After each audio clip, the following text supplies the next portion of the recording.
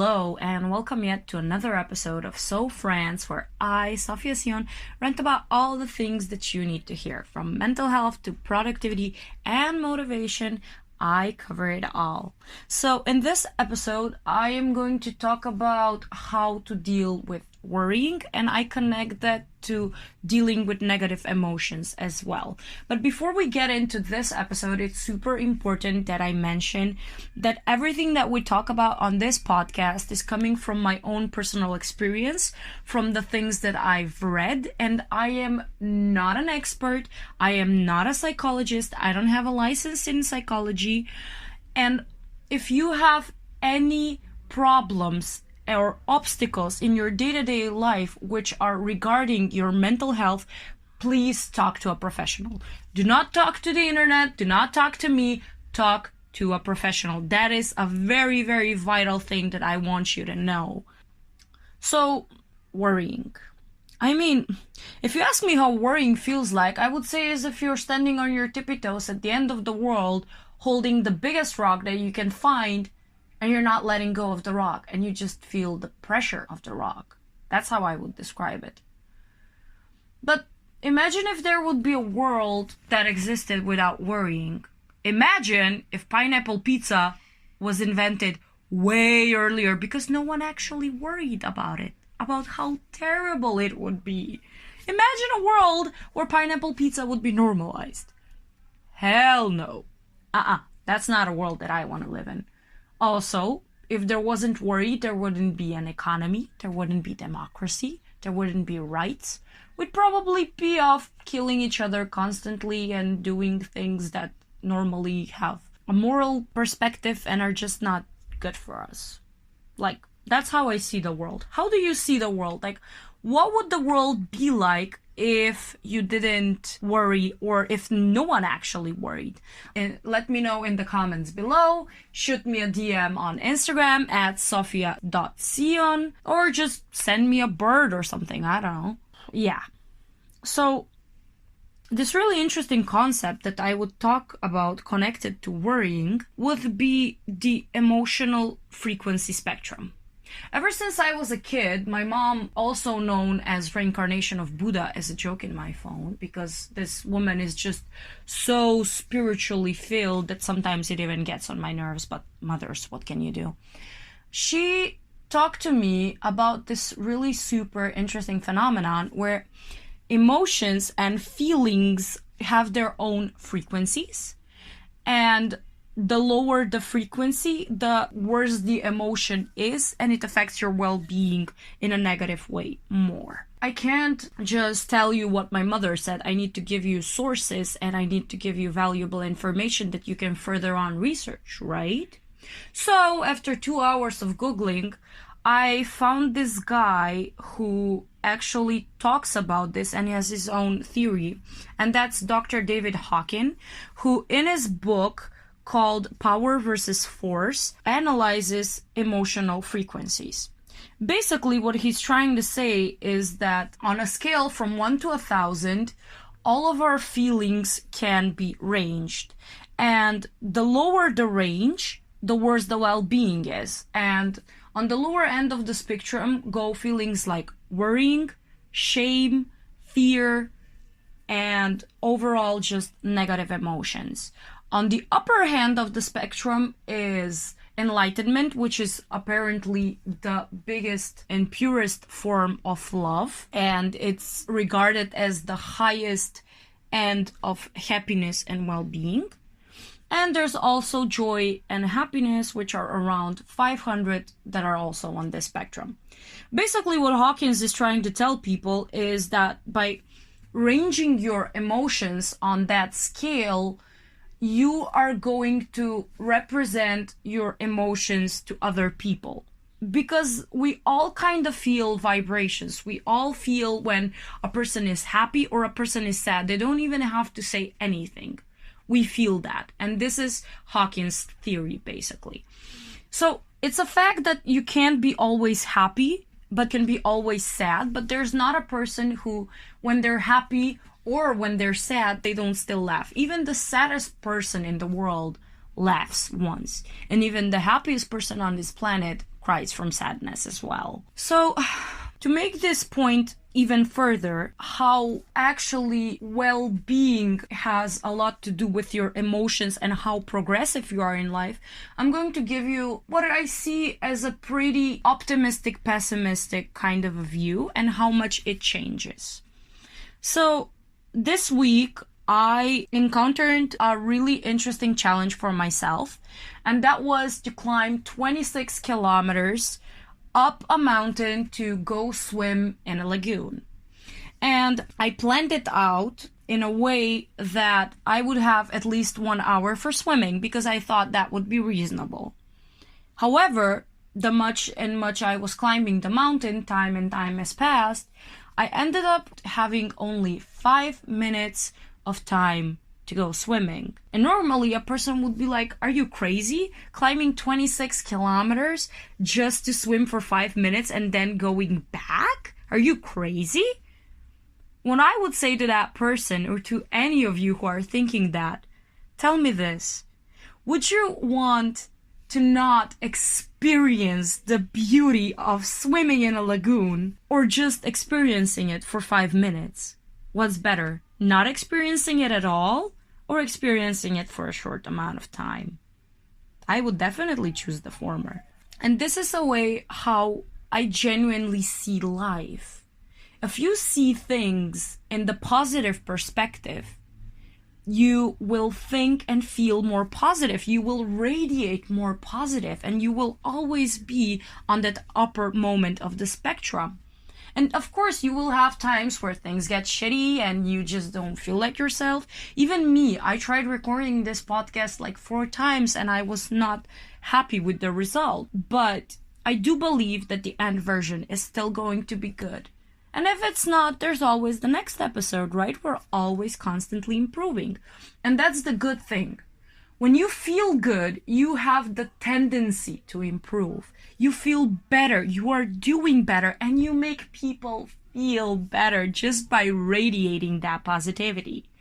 That's what you need to focus on. Another person that I would really like to mention in this podcast that helps you around this positive versus negative emotions is the psychologist called Seligman, who in his book called Flourish tries to explain dealing with negative emotions. Yeah, you want your patients to be happy and you want to cure their anxieties and everything. But the problem is when you cure their anxieties, you think that the patients are going to be happy, but they're not. They're just empty. So what Seligman really proposes is to focus on minimizing the negative and worrying in this case, and focusing more on the happy and positive moments in your life. And I mean, I know this is easier said than done, and there are definitely some ways that you can help with worrying, focusing on the positive, focusing on positive outcomes of situations when you're worrying, focusing that good things will happen to you. And of course, good things will follow. I don't know if it's the way I was raised by my spiritual mother or from my own personal beliefs. I'm not really sure where it comes from. But I really do believe if you shoot for the stars, you're going to get the stars. And if you don't get the stars, you're going to get something as probably as good as it is. It's all a matter of perspective. And of course, science maybe does not really approve of this, but we all know, and it's actually scientifically proven, that spiritualistic people are happier than scientists. Why? Because they focus more on the positive. They don't really focus on the realistic side. They focus on optimism. And as I said, optimism is creating possibilities. Realists just use the possibilities that are given. So why just not create positive outcomes for yourself, man? Like, that's what it's all about. Okay, now that we got that out of the clear, the second thing that is really, really important that we need to talk about is how do you actually cope with excessive worrying? How I would go with it? I would just say, like, always look on the bright side of life, but given the fact that that's not a realistic answer, and that does not help you at all, there are some questions that you should ask yourself. For example, what is the actual realistic probability that the thing that I'm worrying about happens?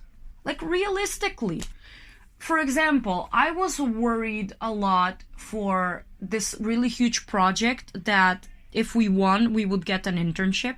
And I was constantly going in and out of the room, hyperventilating, and just not being able to focus. And my brother just came up to me and he said, okay, so what if you lose? What's going to happen next? Is the world going to end? No, you're just not going to get that, and your life will move on and you will get another internship or another job. And that really puts things into perspective now, doesn't it? The second thing that I would ask you to think about is there a more positive or realistic way of looking at the situation? Is there another perspective?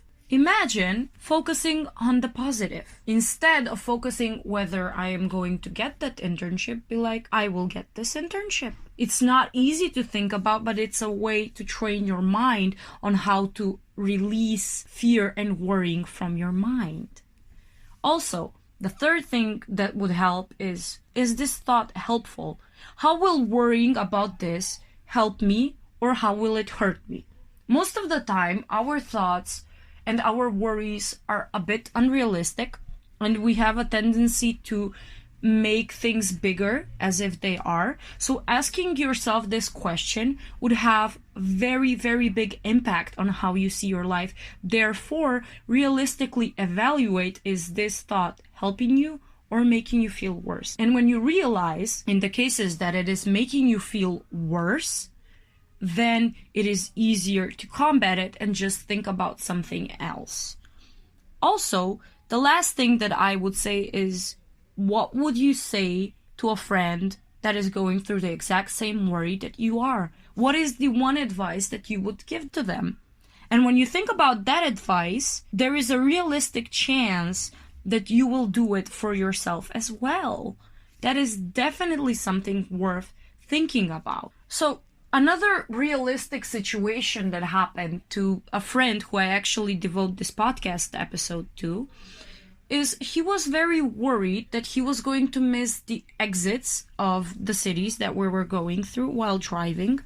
And because he focused so much on the negative effects, he actually missed a lot of exits, and we took a longer time to arrive where we intended than earlier.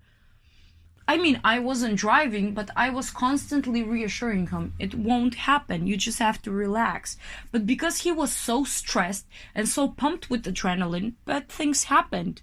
Because he wasn't relaxed. And that's very important to have in mind. I know that worries are a part of everyday life, and excessive worrying is something that happens to a lot of people. But the thing is that you really have to focus on the positive. Even psychology confirms it. Seligman is a really respected author in the positive psychology, and he definitely advises us practicing mindfulness and focusing on these questions and focusing on how you can minimize worry and focus on the positive. Because that's what it's all about. Worrying is always going to exist in your life. However you see it and however you feel it is up to you. And you can let your emotions control you, or you can control your emotions by learning what they actually mean. Also, I would go back to the spectrum. Imagine if I focused a lot on being like, oh man, I only had 5 minutes in that lagoon and not enjoying myself. How would my life be very different? I would have a lot more regrets. Therefore, I would be a lot less happier. Now that I am focusing on the positive, now that I am focusing on how beautiful those 5 minutes were and how absolutely they were worth it, my life is better. And by me being better, I am better to other people. I radiate positivity, I radiate love, and I radiate compassion. And if you can do that for at least one human being, trust me, your day and your life would be better. So why focus on worrying? Focus on making the most out of your life, and focus on minimizing worries through positive emotions. The higher you vibrate, the happier your well-being is. And we all know, Spiritual people are a lot happier than scientists. Even science itself proves it. Because they focus on the positive. They don't focus that much on facts. They focus on inner well-being and harmony and peace and the ultimate state of nirvana that we all want to achieve. So that would be my advice to you. Ask yourself several questions about how realistic your worry is, and definitely put that from a realist perspective. And finally, minimize worries by focusing more on positive aspects either of that situation or of your feelings in general. Being happier comes from thinking a lot more positively. And even Napoleon Hill said that whatever the mind can conceive and believe, the mind can achieve. And I leave you with this thought for today. I hope you're having a wonderful day, a wonderful night, wherever you are when you're listening to this podcast. I really hope you're radiating love and positivity and you're combating negative emotions all the time. So this would be all for this episode. If you like it, please like it. Comment your thoughts on it, share it with your friends, share it with all the people who need to stop worrying and enjoy life a little bit more. This would be all from me, and I'll see you in my next episode. Lots of love, and I'm radiating all the positivity towards you. Bye!